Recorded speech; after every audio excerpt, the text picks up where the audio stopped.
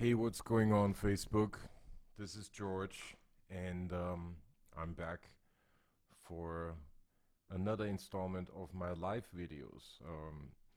I First off, I want to say a big thank you to all of you guys and ladies who have been so kind to spend their time with me. Um, I've really enjoyed this quite a bit. I will continue this, as long as this is, and as long as the current situation is going on. And I, I cannot express my gratitude enough to you for spending this time with me. Has been a great experience for me so far, and I hope you guys are getting something out of it as well. Hey, what's going on, Drew? Yes, it's a pleasure. What's going on, Richie, Sadi, Wyeth, Joey, Tony, John Diener? Wow. Welcome back, everybody. Welcome, first timers. Welcome, everyone. Hey, Leo, what's going on? Um, Leo, this is a microphone. Get one of these, okay? I'm sorry, I had to give you a hard time about that. It's all good. Uh, anyway, so what's going on, Chris? All right, Joey, happy Friday to you too. I hope you're well. I hope you're all well. I hope you're all staying sane. I hope you're all staying healthy, taking care of your body, taking care of your minds. I think, as I say this probably every week, but all of that is always necessary, and of course, right now, it's even more so. So, whatever you need to do, if you need to sleep 8 hours a day, sleep 8 hours a day. If you need to work out a lot, then work out a lot. You'll find a way to do that, but keep yourself sane, keep yourself active one way or the other. If you need to read, two books a day, or if you need to read a paragraph a day and meditate on that, then do that. It's all good. All right. This is the time to do it. Just stay safe. And take care of yourselves. We only have each other. I always say that, but I do believe that. Anyway, a lot of people joined again. Hey, what's going on, Matt? Charlie, wie geht's? John McFowle, how's it going? Leo, yes, you have a mic now. Okay. That computer doesn't work with Zoom. Listen, I am right there with you. Okay, what's going on, Adam? And yeah, stay away from disinfectant. Please don't drink disinfectant. This is crazy. Okay, this is not well. Anyway, Carlos Mania, what's going on? Hey Tim, how's it going? Sadi, keep working on those push-ups. I'm right there with you. I'm doing my yoga and my Pilates as often as I care to, and if I don't do that, I walk a lot. Okay, with masks. Anyway, let's get right into it. Today's topic is one that I fill your body with gamma rays. Listen, I already look like the Hulk. I don't want to be the Hulk. Okay, I'm already like I got gamma rays shooting out of everywhere. I'm cool. I'm cool with gamma rays. Anyway, so coming back to today's topic. Today's topic was giving me a hard time. It's giving me a hard time just to kind of collect my thoughts about it. And I ended up writing down a bunch of notes. So if you see me checking the phone every now and then, bear with me. I wanted to be as clear and concise as possible about this topic. And the topic is the day gig. The day gig for musicians, for people in the creative jobs, day gig for performers, um, the day gig, the dreaded D word. Um, and I've definitely I've been a strong proponent um, about the day gig. I do believe I do believe that it's a necessity. So right off the bat, let me state that. Uh, in today's economy, in today's marketplace, as a musician, as a performer, a day gig is a necessity. And but there are different types of day gigs. There are, um, you know, there are different times in your life where it might be more necessary than other times. So a lot of these different, a lot of what has to do with the topic of day gig. Hey Flo, wie geht's? My family joined from Vienna. I gotta watch my language. So a lot of these topics kind of have a lot to do with, or with the topic of the day gig come a lot of definitions. Uh, and these definitions are very, very specific to the definitions that I use are specific to me, to what I have experienced, and to especially to me being a musician, having chosen this profession and being able to make a living off it.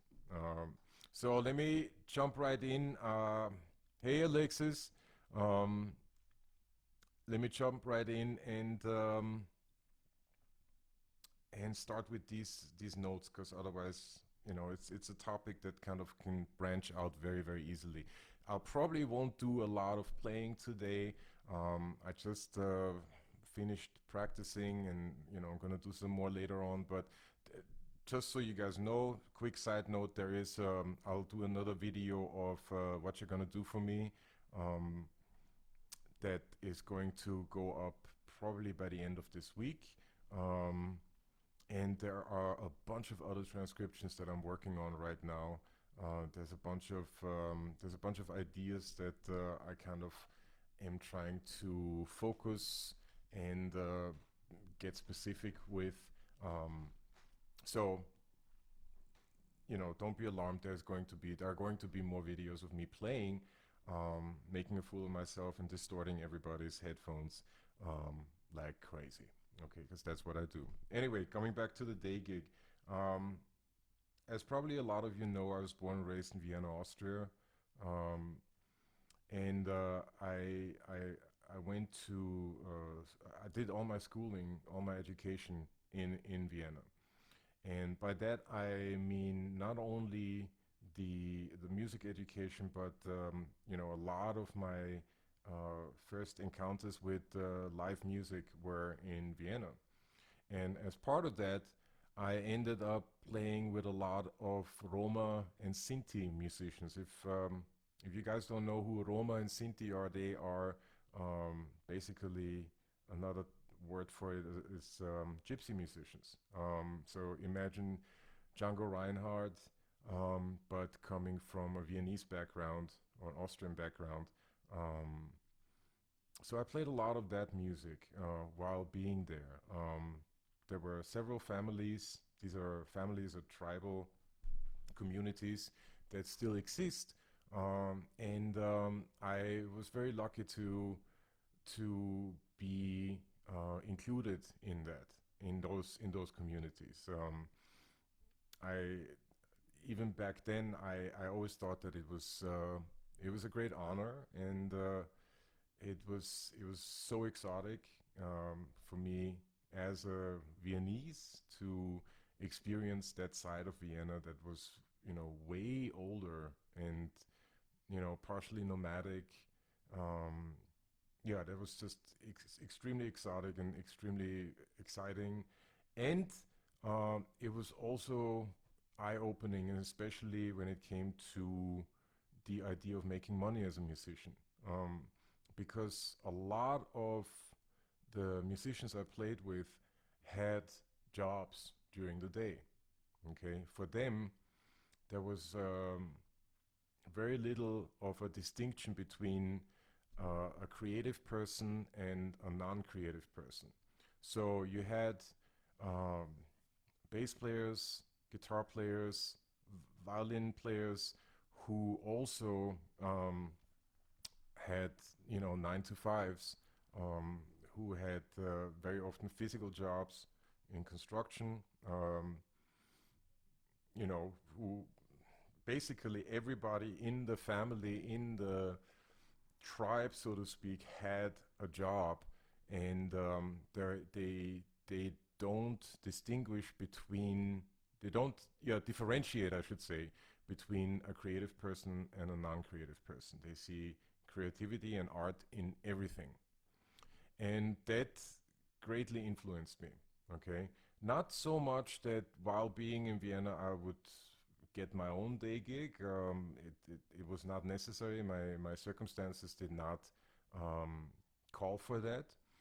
But after I moved to New York, um, you move to a new city, you try to establish yourself. I had the great fortune to have some financial backing. I had a place to live. I spoke the language. Um, so I didn't necessarily have to get a day gig right away.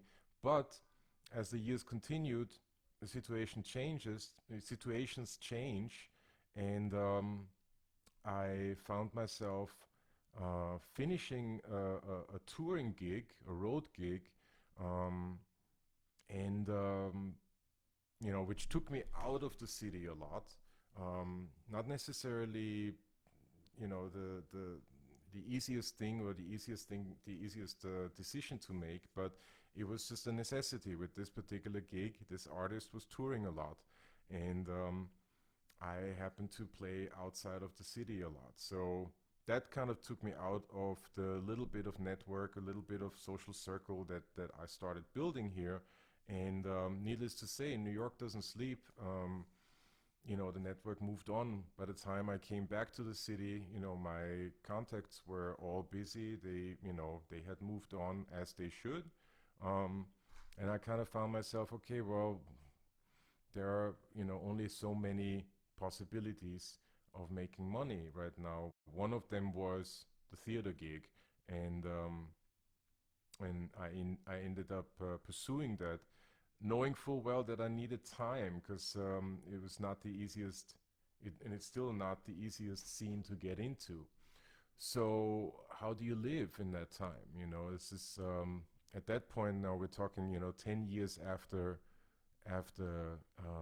arriving in New York.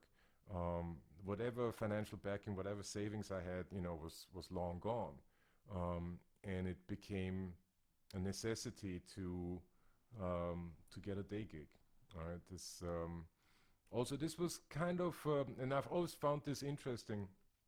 That this happened to me around 2003, 2004.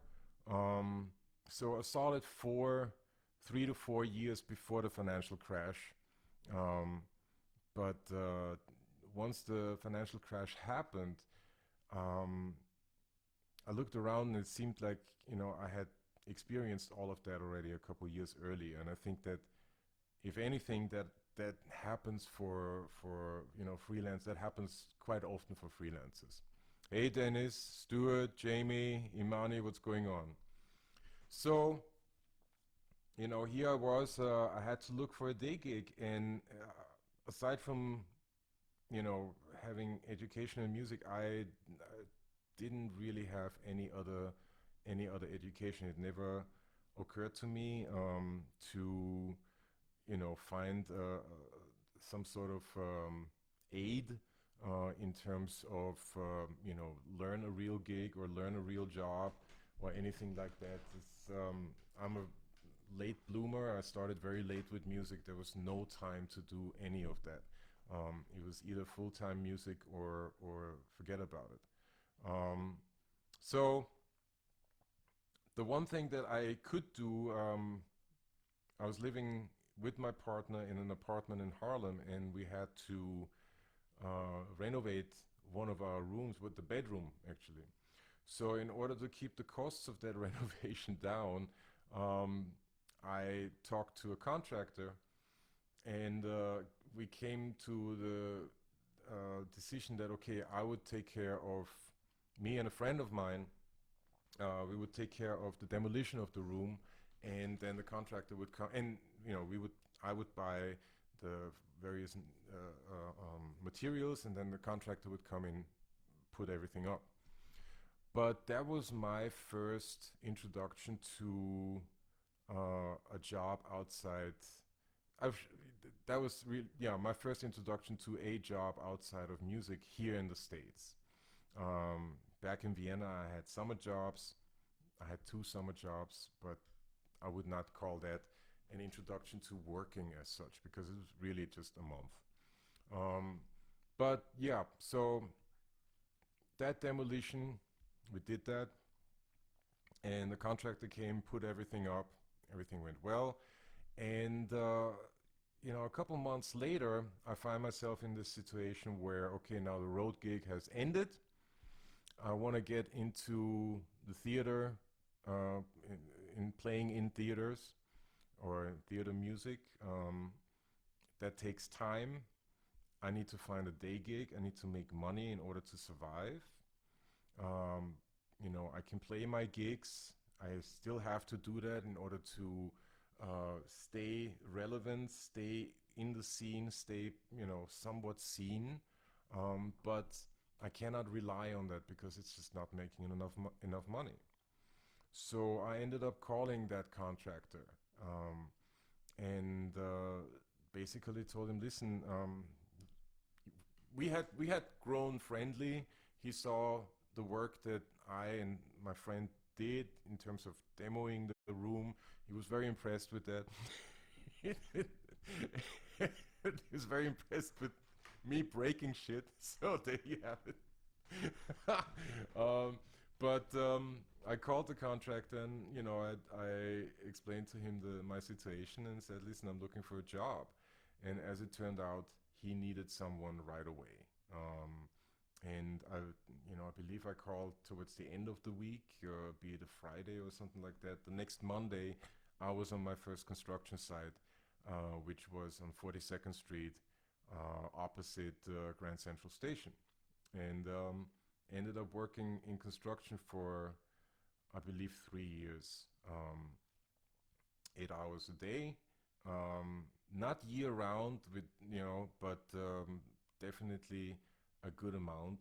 Um, and it, that became my introduction to working 8 hours a day. That was my introduction to a 9 to 5 lifestyle as such, because before that I really didn't know anything about that. Um, and it became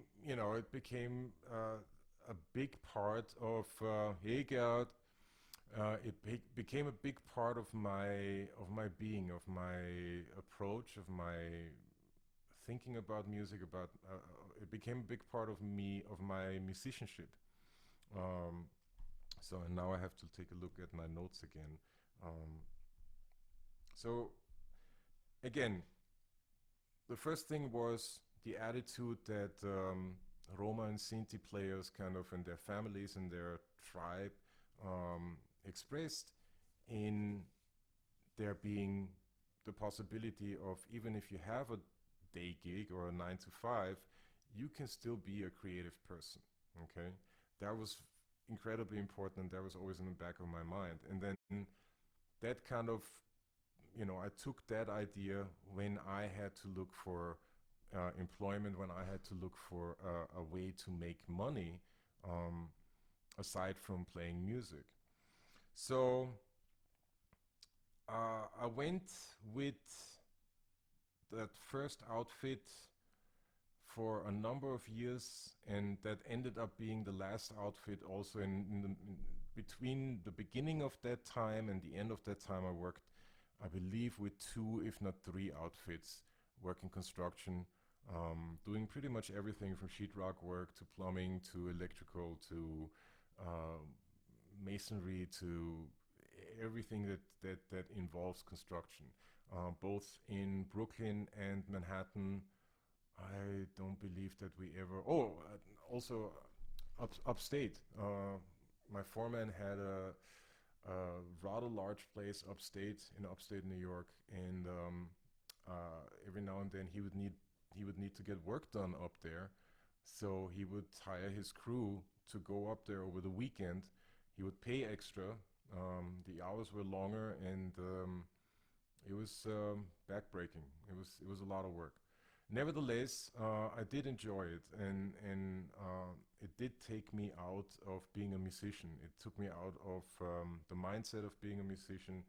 Uh, you have to be, if you're working high-powered tools, you have to be in the moment. You have to focus. You cannot really afford to drift off.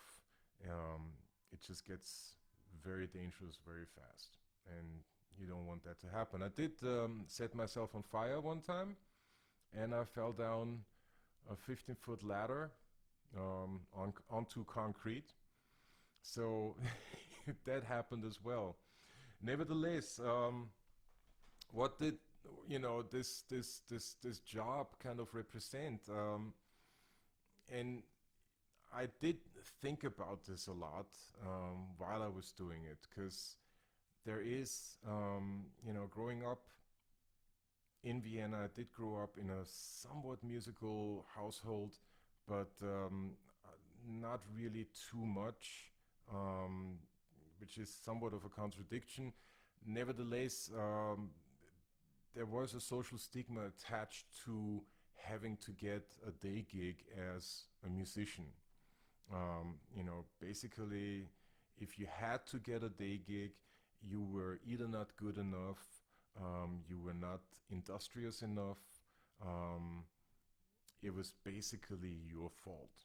Okay, um, and everybody's circumstances are different. Nevertheless, I think that those kind of attitudes are completely outdated. They don't represent reality or life as a musician in 2020, and they certainly don't represent it, in general anymore. Um, the Oh wow, we have a lot of people joining. Hey, what's going on, Ray, Ruben, Peter, wie geht's? Sam Prisby, wie geht's? So yeah, the social stigma was something that I um, battled with for a minute. And just to give you an example of how deep that really goes, I would be on the subway um in my construction clothes. You very quickly learn how to, keep yourself safe by wearing thick-soled shoes, thick jeans, which inevitably get extremely dirty. A thick jacket, whatever you need to do to keep yourself safe. And I had a big backpack with my tools and my gloves and everything. So one day I'm in the subway and I see a friend of mine who's a bass player, uh, and we are, I don't quite remember the exact circumstances, but we were either getting on the same subway, the same car, or we were at the same station. He didn't see me, and I went and hid, and I ran away. I went and hid in the next car, put my hood on, tried not to be seen. It was not necessarily one of my best moments, but the social stigma of having to need a day gig totally um, came crushing down that one day. I didn't necessarily think about it that much at the moment. I just didn't want to be seen. I was probably also tired, and I probably didn't smell that great. But you know, that was a reality. And sometime later, I probably reflected on it and was like, you know what? I'm not. I mean, obviously, I'm talking about it now. I'm not ashamed of having to need that gig, that job.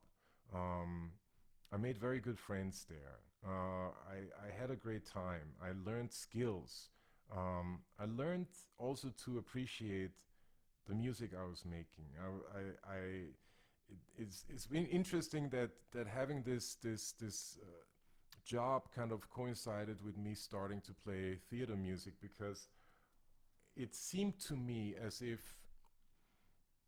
I bypassed a lot of the pitfalls that can come with, being a pit player, um, like being, bored, being annoyed, um, you know, losing losing focus, or focusing on the wrong things. I kind of bypassed all of that because I was playing music, and it was such the difference was night and day to what I had to do during the day. To clarify that, up until this production Spring Awakening started, and throughout the Spring Awakening being off Broadway, so this is now going 2006 until the summer of 2006, and when we finished, I was still working a day gig. I was still working 8 hours a day. Again, not all the time, on and off as work would come in. Um, Also, I'm got really lucky. I found a couple of outfits that were extremely flexible with me taking time off.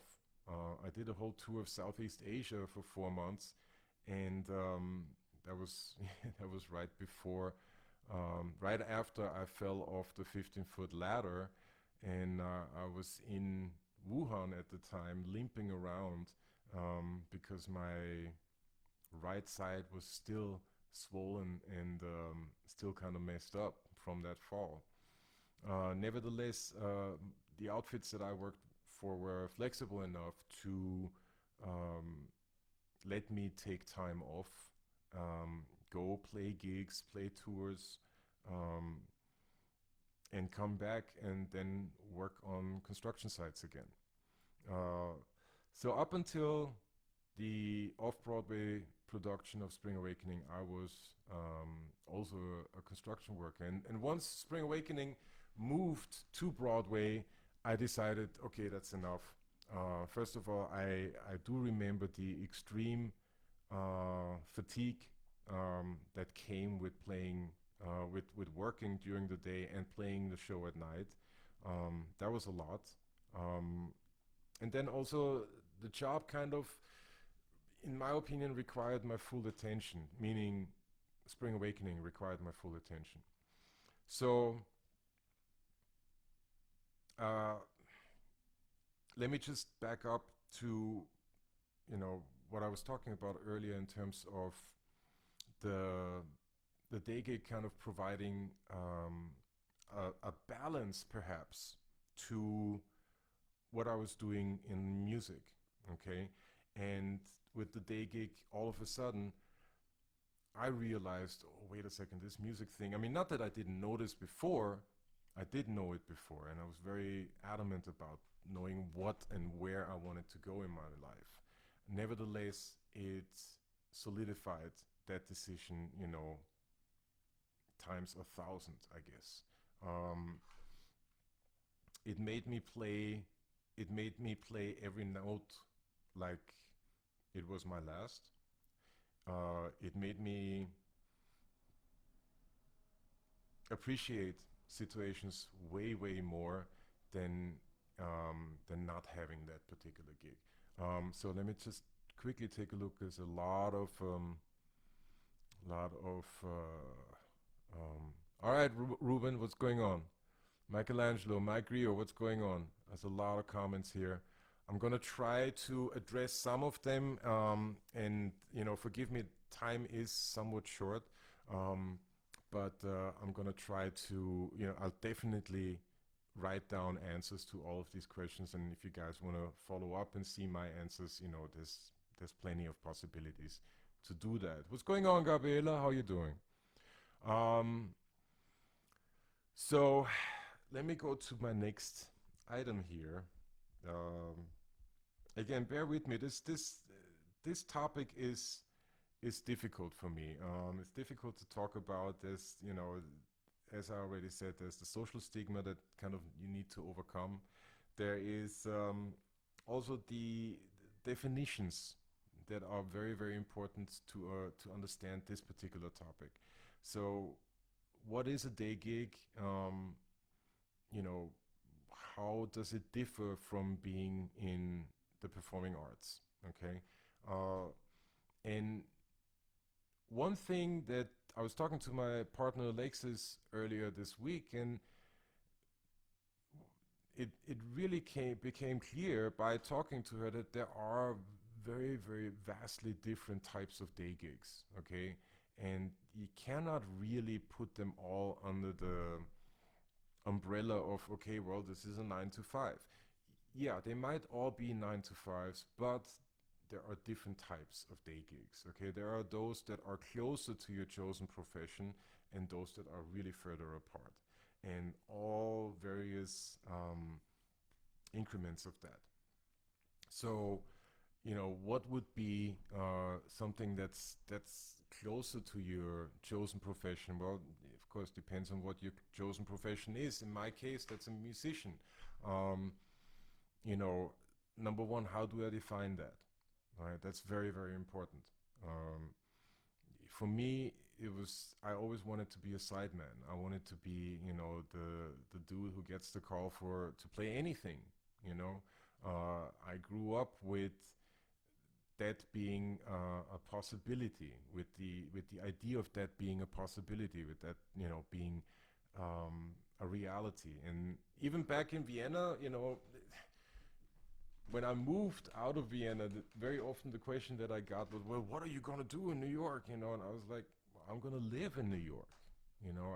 There was never a doubt in my mind that being a sideman, um, being a freelance musician, is not a possibility. It's not something that you could make a living with, a living off, I should say. So uh, that's, first get your definition straight of what you want to do.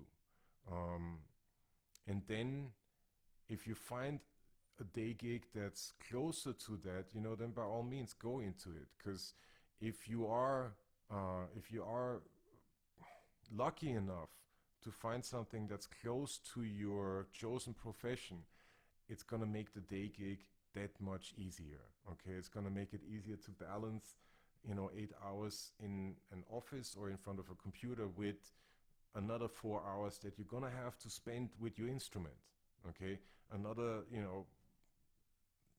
however long, insert whatever number you want to insert here, that you're going to have to spend at the piano, that you're going to have to spend listening to music, transcribing, ear training, rehearsing, networking, making sure you're, all of the necessities that are, you know, inevitable as a freelancer and as a musician. So if you have a day gig that's closer to what you want to do, in my case, being a musician, um, copying, any kind of administrative work involving performing arts, any kind of branching out, and we'll get to that in a little later. Um, that is something that's invaluable in my opinion. That's worth a lot. Uh, so, and then you have the day gigs that are further away.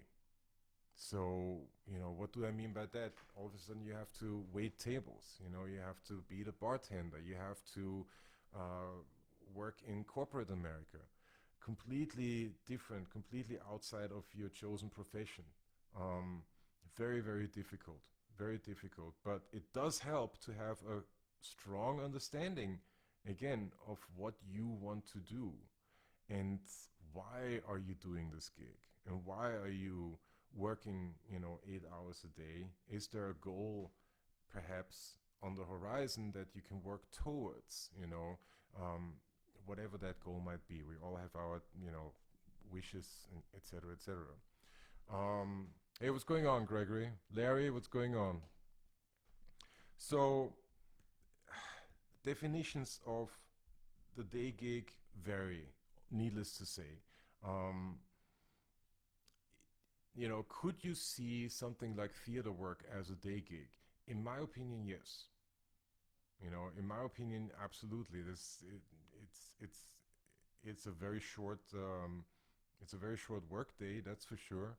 But do you always play the exact type of music that's in your heart to play? No, absolutely not. You know, are you in complete control over the output? No, no way. You are a small wheel in a big machinery. That wheel needs to run really well. And sometimes that involves, making creative decisions. Sometimes that involves um, thinking outside the box, coming up with stuff seemingly out of thin air. But you're still just a small wheel in a bigger machine.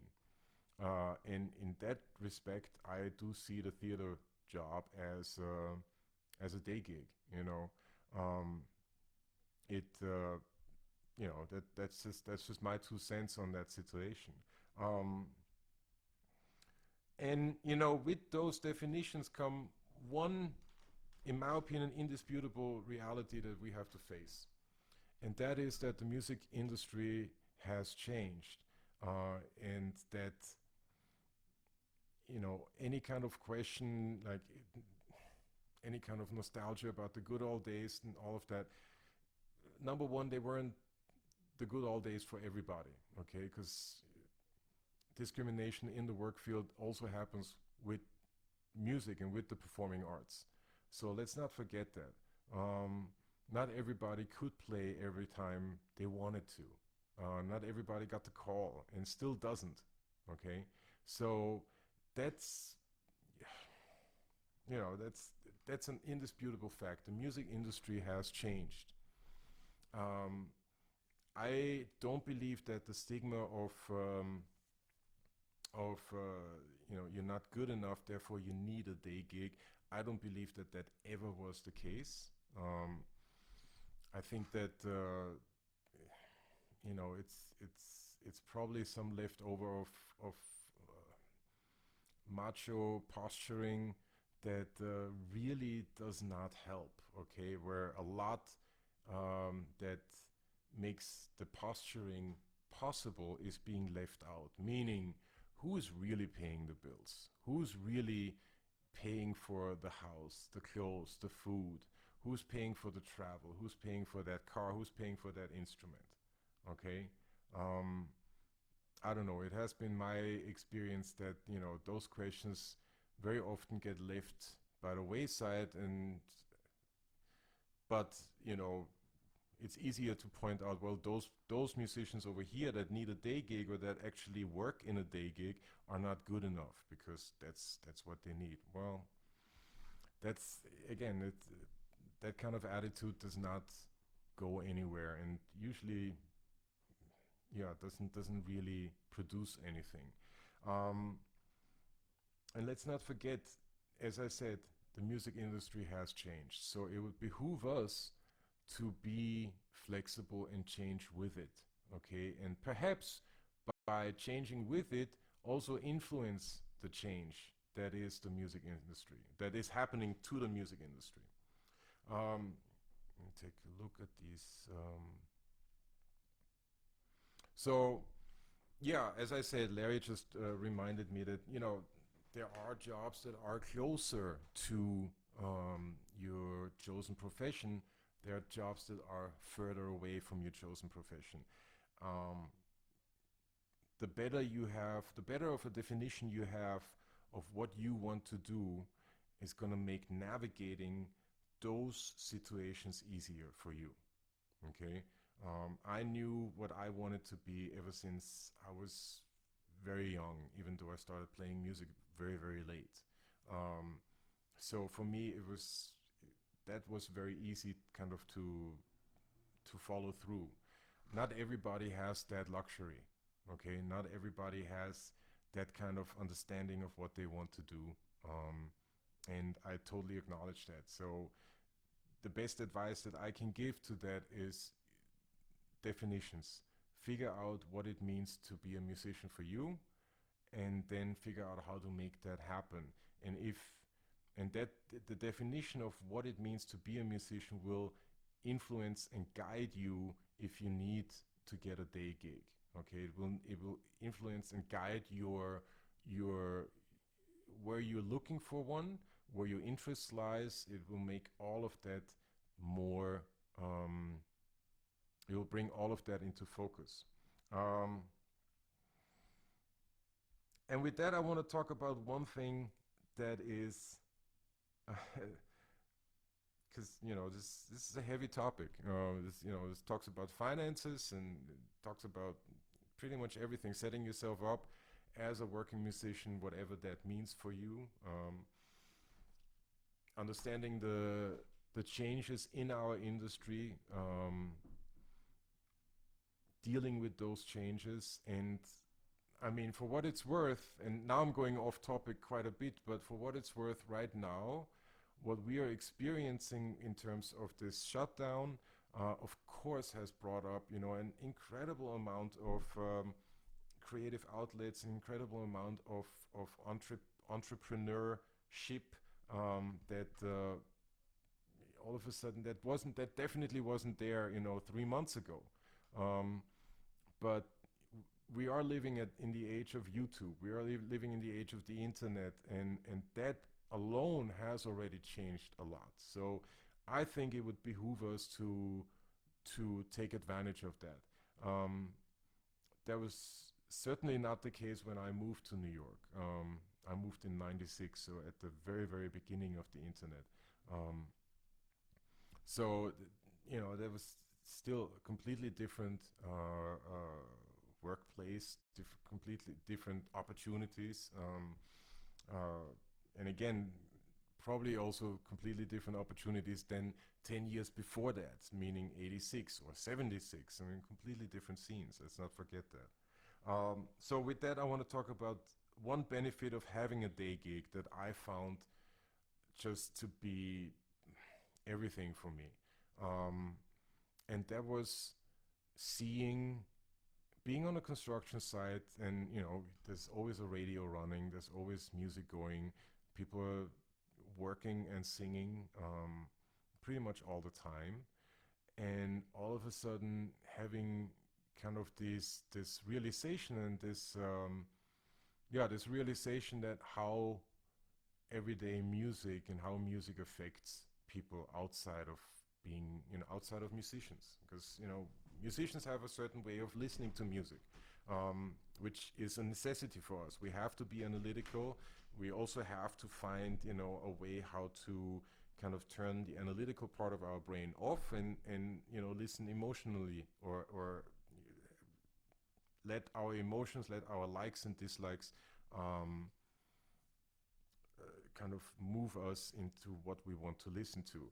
Now, people who are not playing music, who are just consuming music, have a different way of accessing it. And all of a sudden, I had the best seat in the house to see what that looked like, okay? And really see, just to give you an example that's, close to my current situation, doing Ain't Too Proud. When a song of the Temptations, when My Girls from the Temptations comes on the radio, everybody sings it, okay? It doesn't matter whether you are knee deep, dusty, or at a wedding or wherever, everybody sings it. So I had this incredible view, at least that's how I saw it, of seeing how this music influences everyday folk, okay? And that was deep, to say the least. That was an insight that I had, not thought about. In my ignorance, or um, in me not realizing um, what the bigger picture really is. But yeah, you do realize, and again, this might be different, and this probably is different, uh, depending on what type of day gig you have.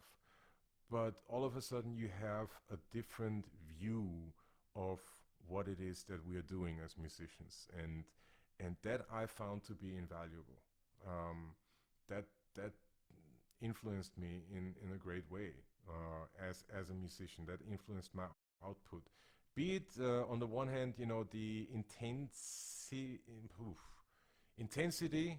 with which I play, and on the other hand, um, very analytical again, um, musical choices that I make. So this you can read about um, guidelines in terms of don't overplay, play the song,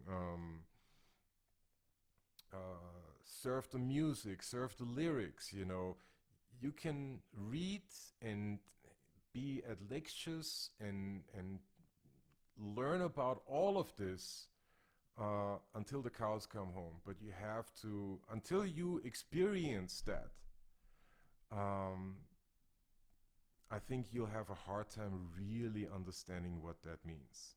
At least that was the case for me.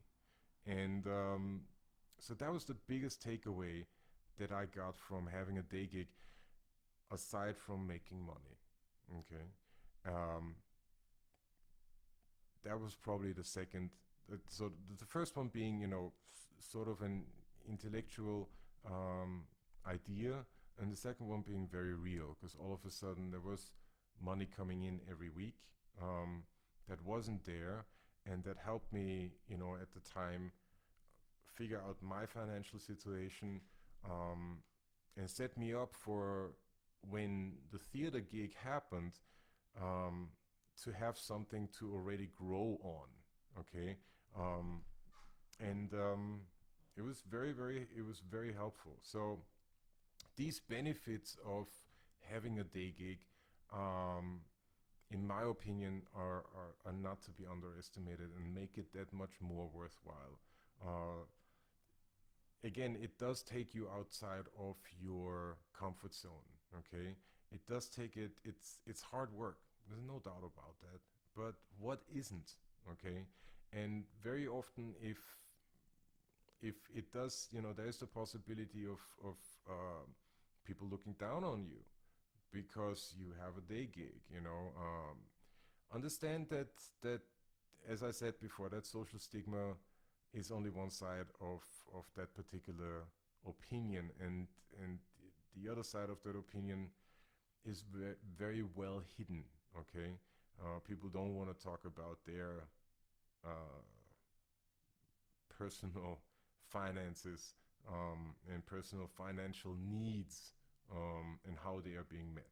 Um, so, uh, as you know, this this is coming to an end. This week's video is coming to an end. I've pretty much talked for the better part of 45 minutes.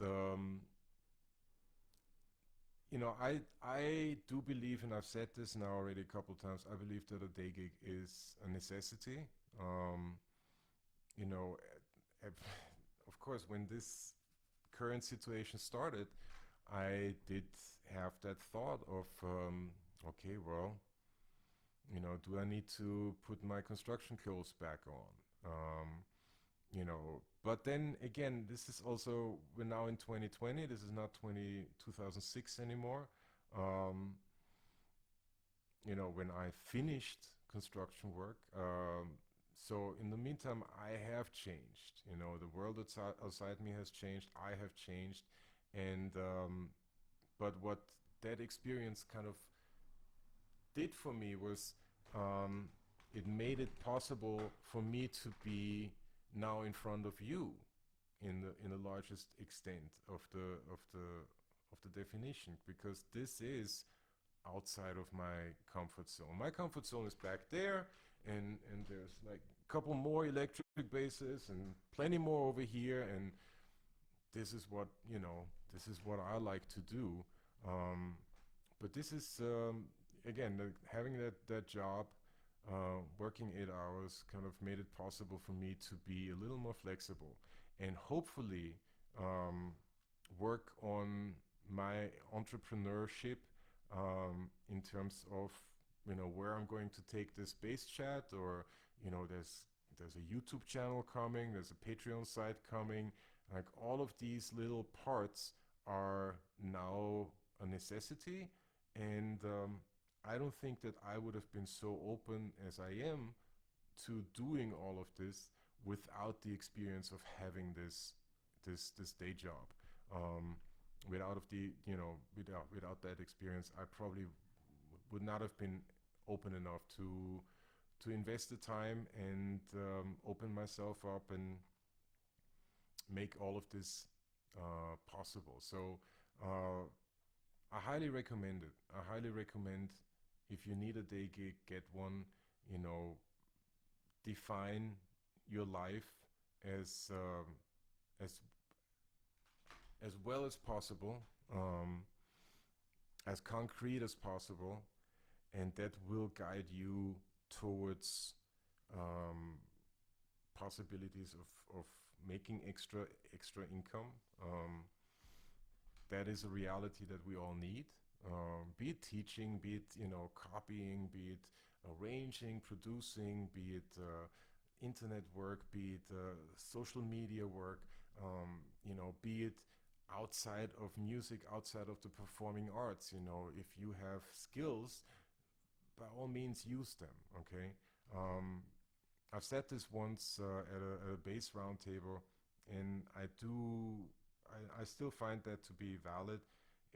Having this day gig definitely made me realize how much I love playing music, and every now and then we can all, use a reminder um, that of what it is we love to do. It sounds obvious, but it is a necessity every now and then. So I hope um, you guys and ladies could get some information out of this. Again, this topic of having a day gig is not an easy one. It's one that involves a lot of preparation, a lot of forethought and foresight. Um, it also involves a lot of courage, and I do want to acknowledge that. You know, sometimes it's easier, sometimes it's not. Okay, having a day gig that's closer to your chosen profession is probably easier than having one that's just completely outside of it. Nevertheless, there's a lot of benefits that come from it, and I am certainly not one to try to persuade anybody of not doing it. Okay, I think if if that's what you need to do, that's what you need to do. It's not gonna, whether it takes anything away from the music you play, that's up to you. But there's no, in my opinion, there's no rule or there's nothing set in stone that says just because you have a day gig, you're a lesser musician. That doesn't exist.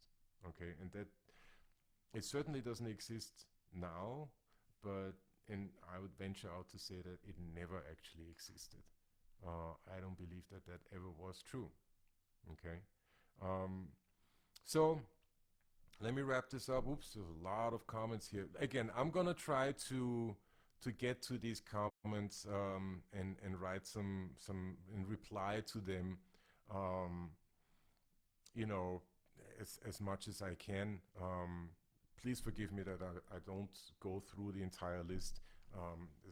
There's a lot, obviously.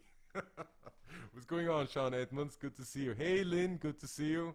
Um, uh, as I said, this has been. I want to once again express my really sincere gratitude to all of you who are uh, choosing to spend their time, their hour uh, on a Friday afternoon with me. I so appreciate you being here.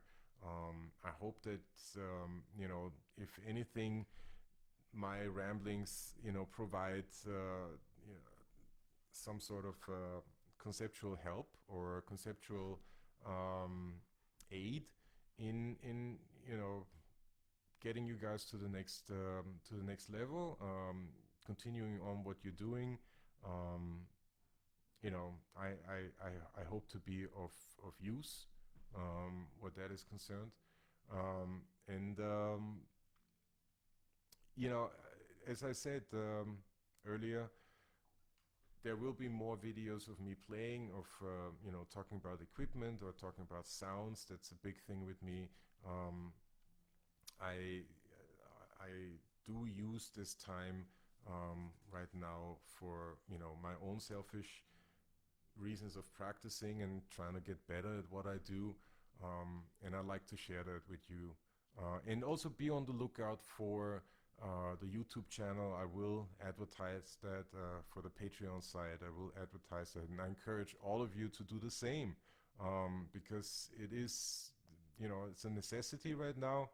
Um, and it's also super interesting, and it will um, challenge you in ways that you weren't challenged before.